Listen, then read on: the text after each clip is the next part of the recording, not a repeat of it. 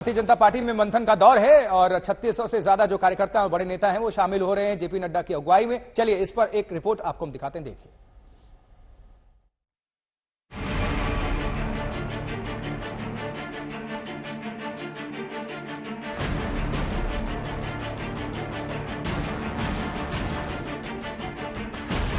चौबीस में यूपी में बीजेपी को लगा तगड़ा झटका।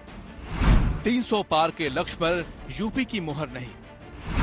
यूपी की हार के बाद अब सियासी घमासान, अपने उठा रहे सवाल, पार्टी में भूचाल। यूपी वो सूबा जिसने बीजेपी को 2014 में पहली बार पूर्ण बहुमत के साथ सरकार बनाने में सबसे अहम भूमिका अदा की। वो यूपी ही था जिसने बीजेपी का दशकों पुराना सपना पूरा किया। वो यूपी जिससे खुद पीएम मोदी सांसद हैं, देश के रक्षा मंत्री राजनाथ सिंह सांसद, जिस यूपी की कमान फायर ब्रांड योगी के हाथ में है। लेकिन 2014 के बाद 2024 आते आते ऐसा क्या हो गया कि बीजेपी का हौसला बढ़ाने वाला यूपी हार के गम देने लगा? क्या हो गया कि यूपी के दम पर ही पूर्ण बहुमत में आए और यूपी ने ही पूर्ण बहुमत पर विराम लगा दिया? बीजेपी को ये सवाल गहराई से मथ रहे हैं। बीजेपी यूपी में सबसे कमजोर प्रदर्शन को पचा नहीं पा रही है और अब अगली परीक्षा भी सामने है। यूपी में 10 विधानसभा सीटों पर उपचुनाव होना है। 2027 में अगला विधानसभा चुनाव भी है और इसी सब को देखते हुए यूपी की बीजेपी ने मंथन शुरू कर दिया है। बीजेपी की कई चिंताएं हैं। जिस राम मंदिर और धर्म सनातन के मुद्दे को मजबूती से थामा, वो भी खिसकता दिख रहा है। विरोधी तंज कर रहे हैं कि भगवान ने बीजेपी का साथ छोड़ दिया। राजा रामचंद्र की धरती, वो न्याय के देवता थे राजा रामचंद्र। उनकी धरती अयोध्या में इंडिया की जीत बड़ी महत्वपूर्ण है। हमारे गठबंधन की जीत बहुत महत्वपूर्ण है और उस पर अब मोहर लगा दी। राम विष्णु के अवतार थे और विष्णु जी की धरती जो है बद्रीनाथ है, तो अब बद्रीनाथ से भी जो है ये मोहर लग गई कांग्रेस की जीत के साथ कि भगवान विष्णु ने भी कह दिया तथास्तु कांग्रेस। अब ये भाजपा का अतिवाद नहीं चलेगा। लेकिन अब बीजेपी इस चुनौती से उठ खड़े होने की तैयारी में जुट गई है। आज बीजेपी की लखनऊ में सबसे बड़ी बैठक कार्य समिति की हो रही है। इतनी बड़ी कि इसमें पिछली बैठक से 10 गुना ज्यादा प्रतिनिधि हिस्सा ले रहे हैं। खुद राष्ट्रीय अध्यक्ष जेपी नड्डा आ रहे हैं। सीएम योगी से लेकर प्रदेश अध्यक्ष तक बात रखेंगे। इससे पहले योगी कई समीक्षा बैठकें कर चुके हैं। इस बैठक का वक्त काफी अहम है क्योंकि ये ऐसे वक्त हो रही है जब बीजेपी का लोकसभा चुनाव में सबसे कमजोर प्रदर्शन रहा है।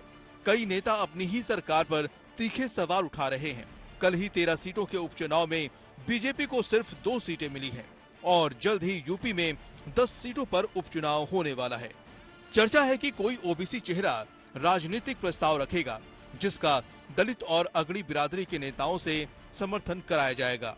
ऐसे में बीजेपी की आज की बैठक काफी अहम है जो शाम 5 बजे तक चलेगी।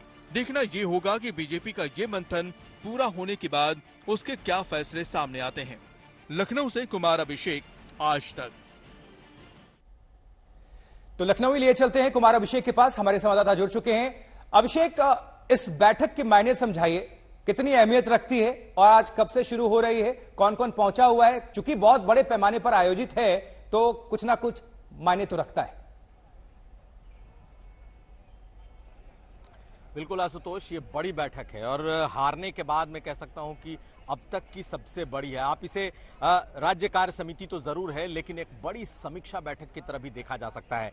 आज हार की जो समीक्षा हुई है उसकी एक रिपोर्ट भी यहां रखी जाएगी। एक पॉलिटिकल प्रस्ताव पास होगा। आखिर में जो राष्ट्रीय अध्यक्ष हैं वो अपनी बात रखेंगे। लेकिन कई नेताओं से हमने यहां पर बात की, ज्यादातर लोग इस वक्त टाइट लिप्ड हैं, बोलना नहीं चाहते।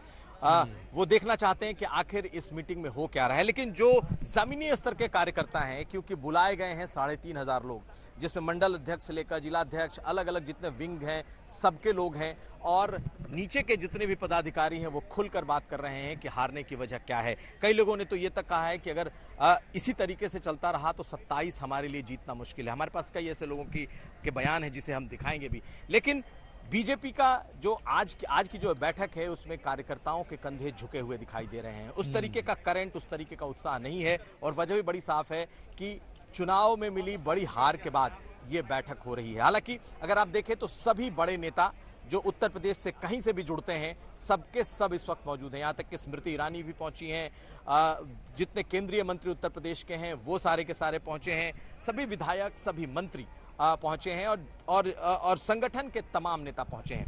तो नजर इस बात पर जरूर है आशुतोष कि आखिर इस मीटिंग में निकलता क्या है। देखिए, हंगामेदार होने की सूचना थी। जिस तरीके से एक दिन पहले रमेश चंद्र मिश्रा ने 2 दिन पहले कह दिया था 2027 को लेकर के, सरकारी के कामकाज को लेकर के, उसके बाद लग रहा था कि ये हंगामेदार मीटिंग होगी।